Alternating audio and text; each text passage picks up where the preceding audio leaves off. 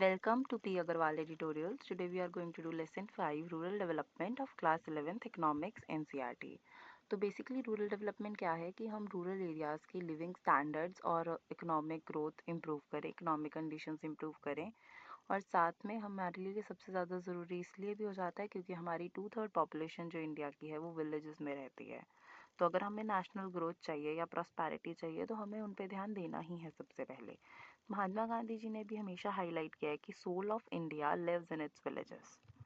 Then next is rural development aims to enhance agricultural productivity, infrastructure, then credit access और marketing systems improve करना, poverty and reduce poverty and generate employment. Then what is rural development? तो rural development multi dimensional है, हमें socially, economically, culturally हर तरीके से उनकी improvement करवानी है, हर तरीके से उनके बेनिफिट्स के लिए काम करना है।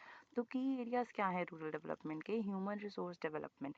तो सबसे पहले तो हमें उनको एजुकेशन और हेल्थ सर्विसेज ये सबसे ज़्यादा अच्छे से प्रोवाइड करनी है with special focus on female literacy. Then land reforms, agricultural land की रीडिस्ट्रीब्यूशन ताकि इनइक्वालिटी कम हो और प्रोडक्टिविटी बढ़े। Then infrastructure development, rural roads, in irrigation, then expanding rural electrification, तो इन सब की ज़रूरत है। क्रेडिट एंड मार्केटिंग सिस्टम्स, तो हमें इंश्योर करना है कि उन्हें जो फार्मर्स हैं उनको अफोर्डेबल क्रेडिट और मार्केट और फेयर मार्केट्स मिलें और वो डेट ट्रैप वगैरह ऐसी चीज़ों में ना फंसें। Employment and poverty alleviation programs, तो initiatives that generate rural employment to improve incomes and living conditions. Then objective क्या है कि हमें एक सस्टेनेबल लाइवलीहुड और एक इम्प्रूव क्वालिटी ऑफ लाइफ लानी है रूरल कम्युनिटीज़ के लिए हमारी। Credit and marketing in rural areas, तो क्रेडिट इन एग्रीकल्चर, तो एग्रीकल्चरल ऑपरेशंस में अब क्रेडिट की ज़रूरत होती है क्योंकि काफ़ी टाइम लैग होता है सोइंग और अर्निंग इनकम के बीच में। तो एक इनिशियल इन्वेस्टमेंट चाहिए होती है फार्मर्स को, तो उसके लिए क्रेडिट एसेंशियल हो जाता है ताकि वो अपने सीड्स और fertilisers, machinery equipment, household consumption वगैरह इसके लिए उन्हें चाहिए होता है। तो हिस्टोरिकल इश्यूज रूरल क्रेडिट के साथ क्या रहे हैं कि क्योंकि मतलब जो मनी लेंडर्स हैं, जो डोमिनेंट मनी लेंडर्स हैं, वो एक्सप्लॉइट करते हैं स्मॉल फार्मर्स को हाई इंटरेस्ट रेट्स और मैनिपुलेटेड अकाउंट्स शो करके।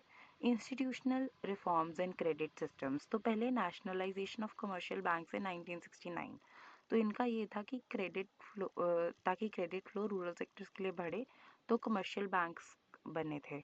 Establishment of NABARD in 1982, national bank for agriculture and rural development, तो ये एक एपेक्स इंस्टीट्यूशन है जो ओवरसी करता है रूरल क्रेडिट को।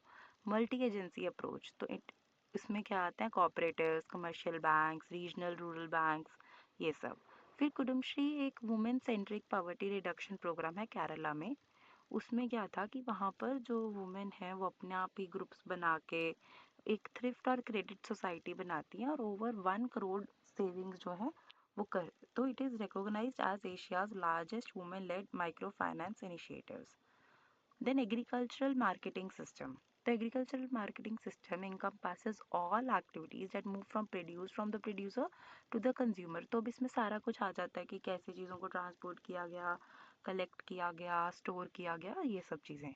तो स्टेजेस क्या आती हैं एग्रीकल्चरल मार्केटिंग में? सबसे पहले कलेक्शन, तो हार्वेस्टेड प्रोड्यूस को गैदर करना, उसको सॉर्ट करना, देन उसको store and transport, then sell finally. तो challenges in agricultural marketing, manipulation by middleman, तो जो फार्मर्स हैं उनको ऑफन जो है कि लो प्राइजेस मिलते हैं बिकॉज ऑफ अनफेयर प्रैक्टिसेस, क्योंकि उनके पास स्टोरेज के लिए इतनी जगह नहीं है तो उन्हें लो प्राइजेस में बेचना पड़ जाता है। फिर faulty weighing and quality checks, inadequate regulation leads to losses for farmers, then lack of proper short storage facilities, तो वेस्टेज हो जाता है पेरिशेबल गुड्स का। inadequate market infrastructure, poor road connectivity and limited market access. Then reforms in agricultural marketing, हमें अब किन reforms की ज़रूरत है? हमें रेगुलेटेड मार्केट्स की ज़रूरत है ताकि हम मिडलमैन एक्सप्लॉयटेशन हटा सके और एक फेयर ट्रेड को इंश्योर कर सके। देन मिनिमम सपोर्ट प्राइस, ताकि फार्मर्स जो है वो प्रोटेक्टेड रह सकें और उनको एक गारंटी हो कि इतना बेस प्राइस तो हमारी क्रॉप्स के लिए मिल ही जाएगा। देन कोऑपरेटिव मार्केटिंग सोसाइटीज़, तो फार्मर्स इसमें क्या करते हैं अपने रिसोर्सेज को एक साथ करते हैं और बेटर प्राइजेस और शेयर प्रॉफिट्स के लिए बात कर सकते हैं। देन पब्लिक डिस्ट्रीब्यूशन सिस्टम, तो इससे क्या है, एसेंशियल कमोडिटीज़ लाइक ग्रेन्स वगैरह ये सब सब्सिडाइज रेट्स पे मिलने चाहिए। Then infrastructure development, investment in cold storage, warehouses and rural roads to improve logistics. Then alternative marketing models क्या हैं, जैसे अपनी मंडी, डायरेक्ट मार्केट एक्सेस है ये फार्मर्स के लिए पंजाब और हरियाणा में। देन रायतू बाज़ार्स, ये आंध्र प्रदेश की मार्केट्स हैं। फिर उजावर सांडीज, तो ये सब तमिलनाडु की हैं।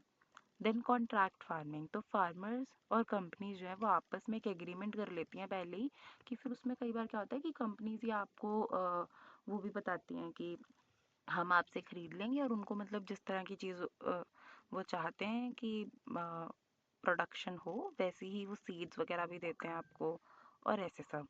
फिर इसका बेनिफिट क्या रहता है कि it reduce market risk for farmers, assures a steady income, and challenges क्या है कि कई बार डिपेंडेंसी भी कर सकता है कॉरपोरेशंस पे। Then diversification into productive activities, तो अब सिर्फ फार्मिंग तो जो है वो पूरा 12 मंथ्स नहीं चल सकती ना हर चीज़ में, हर जगह नहीं चल सकती फॉर एटलीस्ट, अगर ये बात है तो हमें डाइवर्सिफिकेशन करने की ज़रूरत है और भी प्रोडक्टिव एक्टिविटीज़ में। तो जैसे कि की एरियाज़ क्या हो सकते हैं डाइवर्सिफिकेशन के, एनिमल हस्बेंड्री, तो उसमें dairy farming, poultry farming, life stock rearing ये सब कर सकते हैं। नेक्स्ट जिसमें सबसे ज़्यादा शेयर पोल्ट्री फार्मिंग का होता है usually. Then fisheries, then fisheries often offer significant potential for diversification, ये तो ज़्यादातर अब क्या मतलब कोस्टल एरियाज में ही हो सकता है जहाँ पे मेरीन फिशरीज, इनलैंड फिशरीज, तो ये सब। उसके बाद हॉर्टिकल्चर, तो हम फ्रूट्स, वेजिटेबल्स, फ्लावर्स और मेडिसिनल प्लांट्स का भी कल्टीवेशन कर सकते हैं, इससे भी हाई रिटर्न्स आते हैं per unit of land compare to cereals. Then non farm activities हो सकते हैं जैसे कि कॉटेज इंडस्ट्रीज, हैंडीक्राफ्ट्स और अदर स्मॉल स्केल एंटरप्राइजेस। उसके बाद हम देखते हैं कि तानवा करके एक प्रोजेक्ट था तमिलनाडु में जो लॉन्च हुआ, जिससे कि पार्टिसिपेशन बढ़े एग्रीकल्चर में। तो उसमें ट्रेनिंग प्रोग्राम्स हैं, स्किल एनहांसमेंट है, इकोनॉमिक एम्पावरमेंट है, मतलब वुमेन को सिखाया गया कुछ एक चीज़ें कि वो कैसे अपने x house hold income generate कर सकती हैं इस तरह। जैसे मतलब सोप मैन्युफैक्चरिंग या फिर ऐसे छोटे छोटे काम, मशरूम कल्टीवेशन, ऐसी सब चीज़ें वो घर पे करती थी, और उसको उसमें इन्हें सिखाया जाता था कि कैसे वो इनकम जनरेट कर सकती हैं। देन सस्टेनेबल डेवलपमेंट, तो सस्टेनेबल डेवलपमेंट का मतलब क्या है कि हम अपनी करंट एग्रीकल्चरल नीड्स को फुलफिल करें without compromising with the future generations ability to meet their own demands. हमें उनके लिए भी उतना ही रिसोर्सेज रखना है जितना हम खुद यूटिलाइज कर पा रहे हैं। की elements of sustainable development, efficient use of natural resources, तो हम वाटर वेस्ट ना करें और techniques like drip irrigation use कर सकें। Then soil conservation, preventing soil erosion using terrace farming and afforestation. Then reduction in chemical use, तो excessive fertilizers और pesticides जो soil health को harm करते हैं उन्हें ना use करें. Biodiversity preservation, protecting plant and animal species critical to ecosystems. Then organic farming. Organic farming क्या है, वो avoid करता है use of synthetic chemicals in favor of natural alternatives to maintain soil fertility and ecological balance.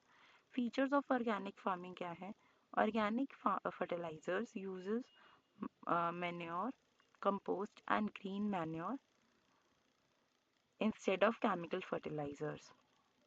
Then biological pest control, तो हम natural predators या bio pesticides use कर सकते हैं इंस्टेड ऑफ सिंथेटिक पेस्टिसाइड्स।